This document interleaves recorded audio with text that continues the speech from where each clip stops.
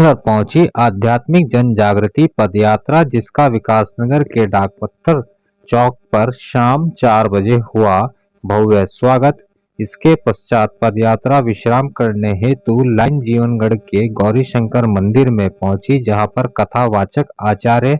विजय कृष्ण महाराज जी द्वारा बताया गया कि यह पदयात्रा हरिद्वार हर की पौड़ी के ब्रह्मकुंड से गंगा जल लेकर प्रारंभ हुई है, जो कि महासू देवता मंदिर हनोल में जाकर संपन्न होगी। यह पदयात्रा 16 नवंबर हर की पैड़ी से ब्रह्मकुंड से प्रारंभ हुई है, जो कि अपने 15 पड़ावों को पार करते हुए आज तीसरे दिन नियत कार्यक्रम के स्वरूप विकासनगर पहुंची है, जहां पर प्रेमी भक्तजनों के द्वारा पद यात्रा का भव्य स्वागत किया गया।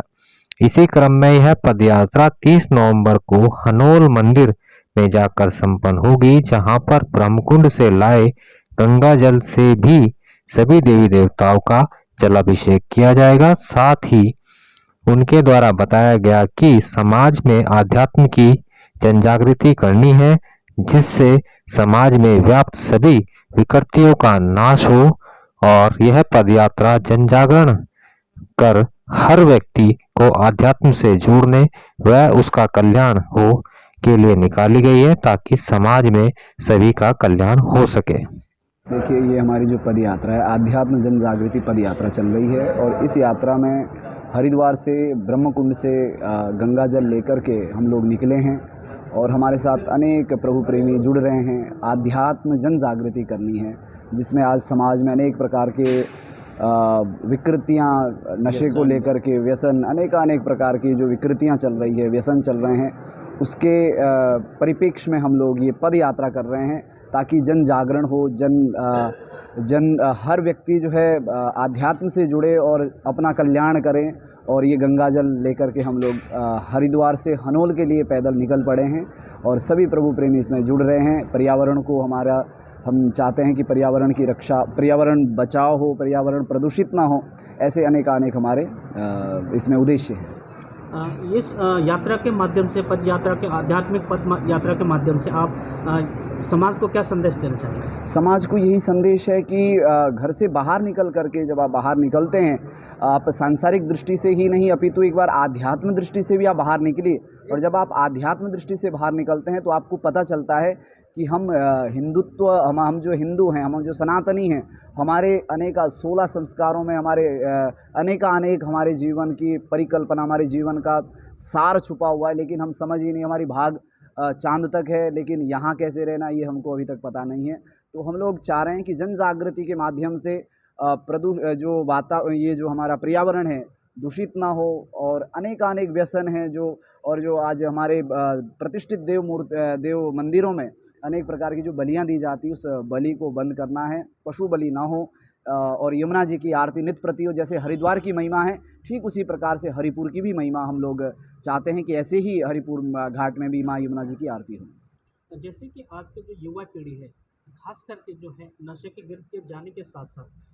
ये हमारे जो धर्म के प्रति भी विरक्त होता जा रहा है। ऐसे में जो है इस यात्रा के माध्यम से नौजवानों को आप क्या कहना चाहेंगे? जी, यही कि जब हम निकल पड़े हैं बाहर, हमारे साथ में अनेक भक्त जुड़ रहे हैं और उसमें अपना जो है भाव रख रहे हैं। वाकई आप जो है एक जन आध्यात्म जागरण कर रहे हैं।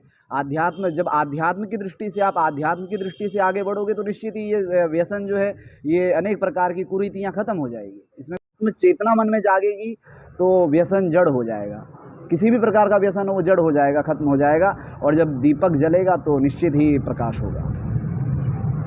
ने जो इस यात्रा के दौरान महसूस किया और जो देखा, उससे ये लगा कि हमारा जो पर्यावरण है वो बहुत ही ज़्यादा खतरे में है। हम विकास की अंधी दौड़ में कहीं ना कहीं अपने पर्यावरण को बहुत ज़्यादा क्षति पहुंचा रहे हैं। तो इस दृष्टि का देखते हुए जो हम हरिद्वार से लेके आज यहाँ विकासनगर तक पहुँचे, इस तमाम मार्ग में जो बचे कुचे जंगल है, जब हम उससे गुजरते थे तो हमें एक शुद्ध हवा मिलती थी। और जब भी हम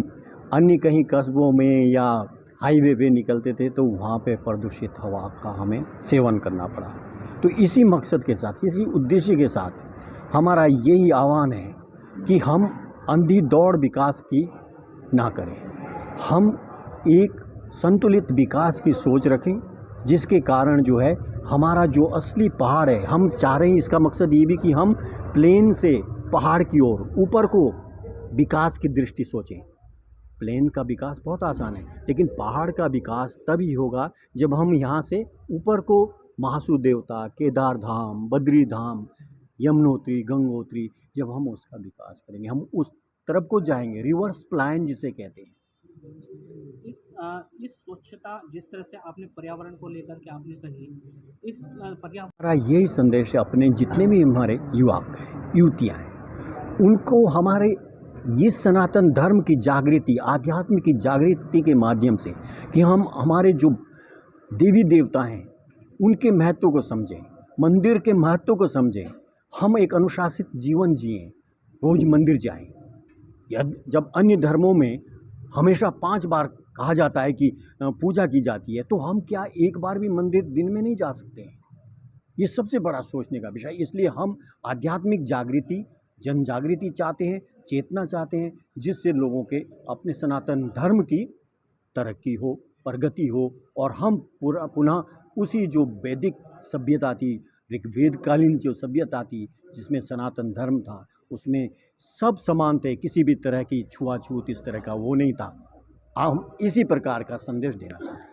बता रहा हूँ कि मैंने एक कविता बनाई थी जब मैं आसाराम में पढ़ता था। जौनसार बाबर नाम है जिसका, वह परगना एक बड़ा, देहरादून के उत्तर पश्चिम द्वारपाल सा अड़ा खड़ा, गिरी श्रृंगों पर बिखरा जिसके तुहिन शिलाओं का वैभव, चकराता जैसे भव्य मनोहर सैनिक शिविर कहाँ संभव, पतित पावनी यमुना जिसके वक्षस्थल को धोती है, विद्युत जननी टॉस नदी का जल नहीं माणिक मोती है, निश्चल सरल किसान यहाँ के प्रकृति दूत से भाते हैं, छल प्रपंच में कृत्रिम जीवन इनको देख ले जाते हैं, कृषि ही इनकी आराध्य रही, सत्याश्रित विश्वासी हैं, लंपट धूर्त हैं चलते इनको, पर ये भगवंतु आशी।